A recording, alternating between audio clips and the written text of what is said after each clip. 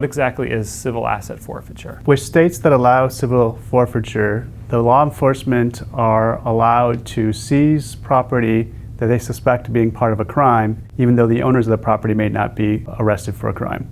And in most cases, they can keep all or some of those proceeds. So this can be the cash from a drug deal, or it can be actually seizing cars or homes and then reselling it.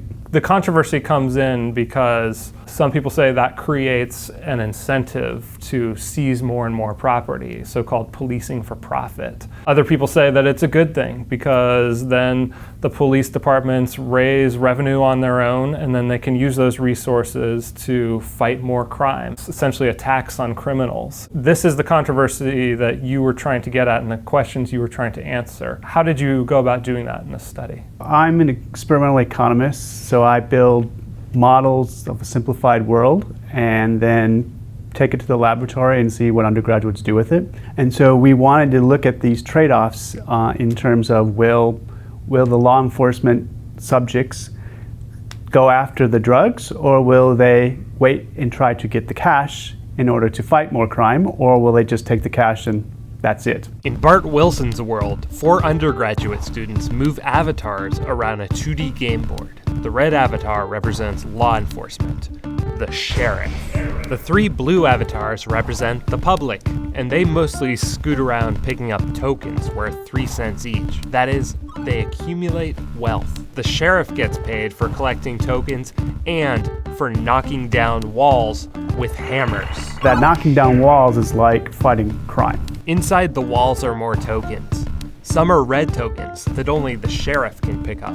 These are assets like drug money, off limits to the general public. Pastel tokens represent the public benefits of a safer, crime-free neighborhood.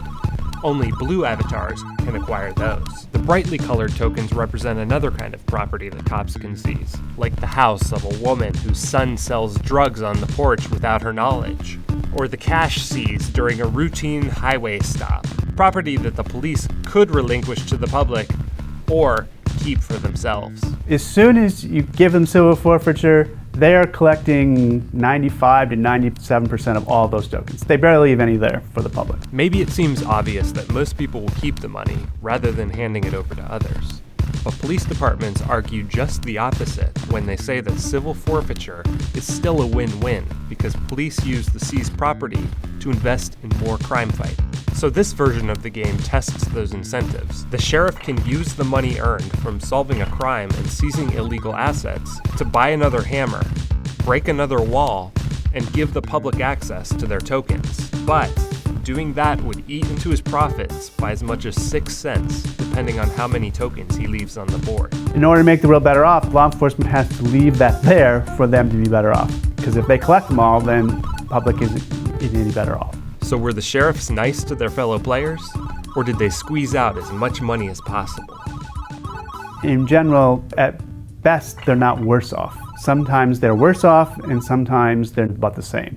But never are they better off than when they have no civil forfeiture, which means they're not investing enough in fighting additional crimes and allowing the public to consume those extra tokens. One of the more amusing and enlightening parts was actually looking at the comments that the players were making. Some of the comments you found included, "OMG, he's stealing them all.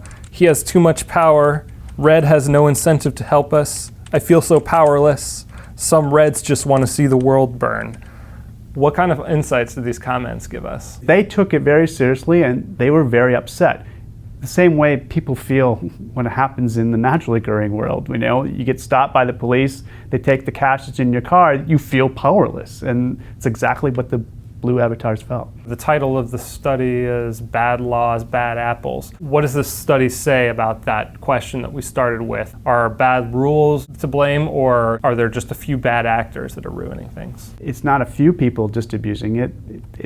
This is the modal tendency to abuse. But you take that power away, those same people then, in our design, help the public even when they don't have a financial incentive to do so. They could choose just to maximize earnings and not help the people up, but they then do so. So for me, that's pretty strong evidence that it's the rules that are creating the incentives for them to police for profit. How do you